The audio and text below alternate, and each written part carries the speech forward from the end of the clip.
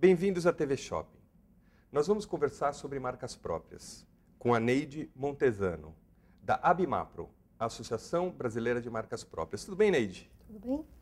Tudo certo. Neide, quando é e como começou essa história de marcas próprias? Quer dizer, o negócio era preço no começo, né? Quem começou? Foi o varejo, foi a indústria? Quem que começou essa história? Essa história começou bastante tempo atrás, né? Nem foi no Brasil, né? Não é criação nossa.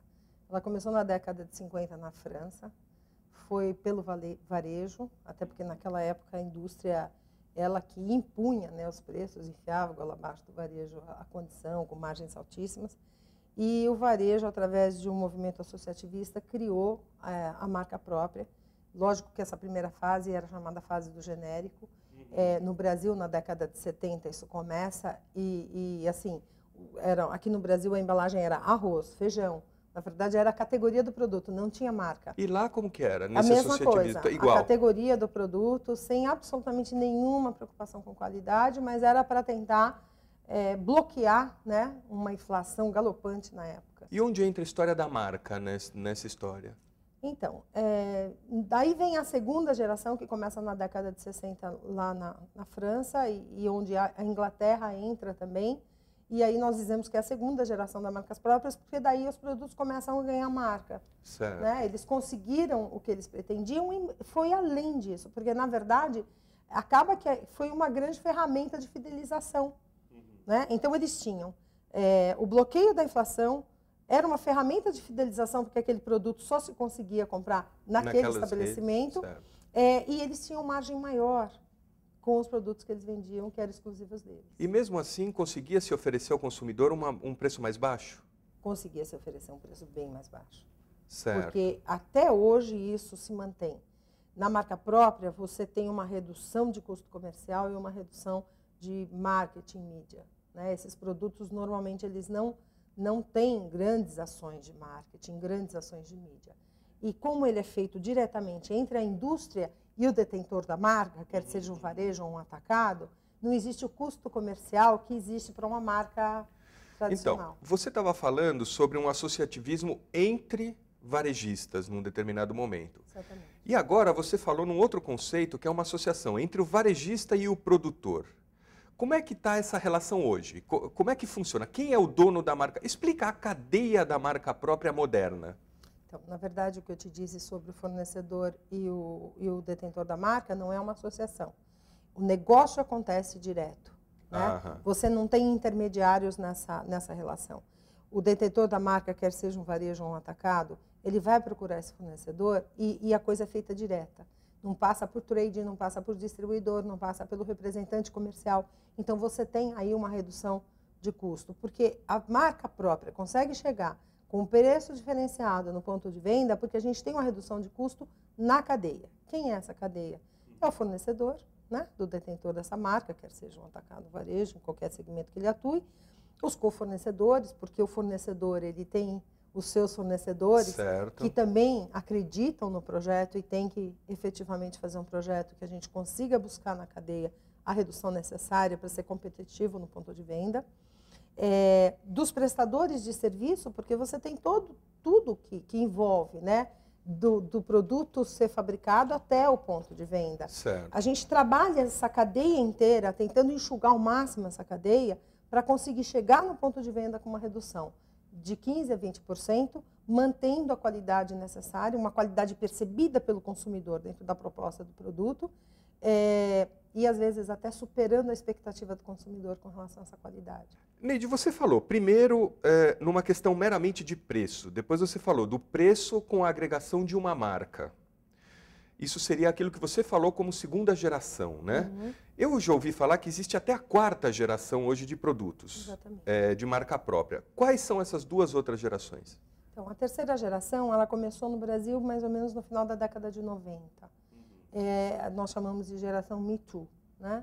Ou seja, são os produtos similares aos tradicionais de mercado, lembrando sempre que similar àquilo que é o posicionamento do produto, né? Claro. Se ele é premium, medium ou low price. Essa terceira geração, o Brasil trabalhou muito bem ela, né? Foram refeitas as embalagens, se deu importância à parte desde o projeto inicial, a comunicação, a contratar agências que tinham competência para fazer embalagens que conseguissem comunicar no ponto de venda, porque, como eu te disse, a gente não tem muita verba para investir em marketing, claro. A embalagem tem que conversar com o consumidor no ponto de venda. Já tem que falar a que veio, E foi um trabalho bastante competente, especialmente os grandes varejistas, né, do alto varejo supermercadistas, fizeram esse trabalho com muita competência.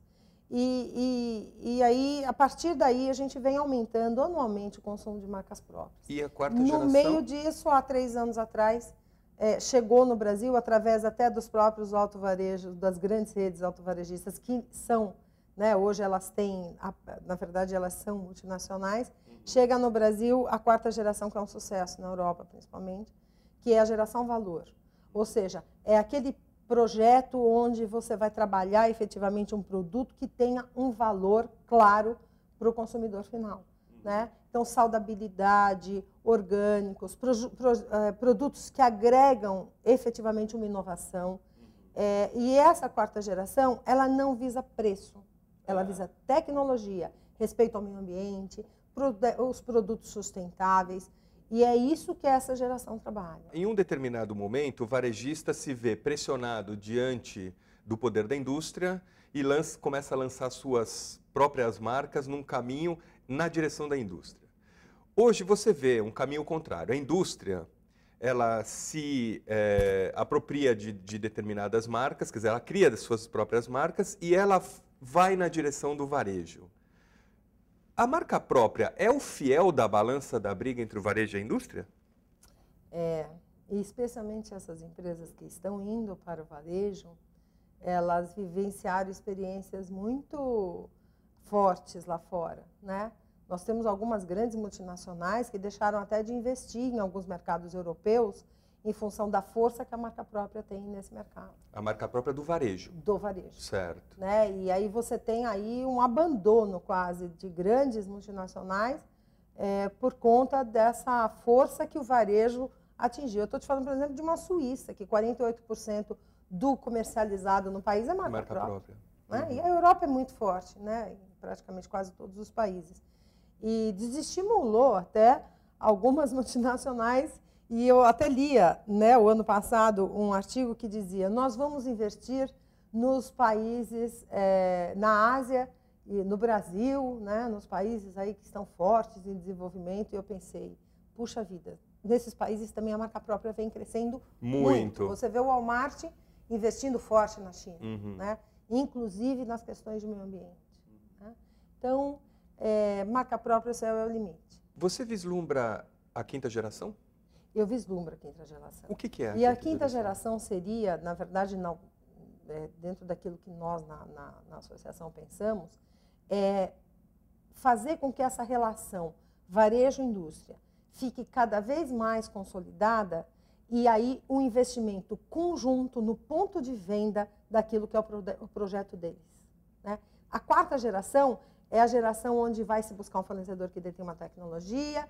O varejo, obviamente, não tem pesquisa e desenvolvimento, tem que buscar isso, mas ainda não é a geração onde os dois juntos, ou toda a cadeia, está chegando no ponto de venda e dizendo: querido consumidor, o que nós fizemos para vocês é isso. Eu acho que a quinta geração é a consagração de que realmente o produto é nosso. Então, como é que nós vamos junto fazer ele vender juntos, entendeu? Dentro de uma parceria de fato de investimento e de toda a cadeia. Do detentor da marca, investindo na marca dele efetivamente, do fornecedor, dos cofornecedores, enfim, toda a cadeia dizendo: ok, vamos lá para o ponto de venda e vamos comunicar isso como ele tem que se comunicar. Afinal, o consumidor é um só. É um só. Neide, obrigado pela entrevista. Obrigada a vocês pela oportunidade.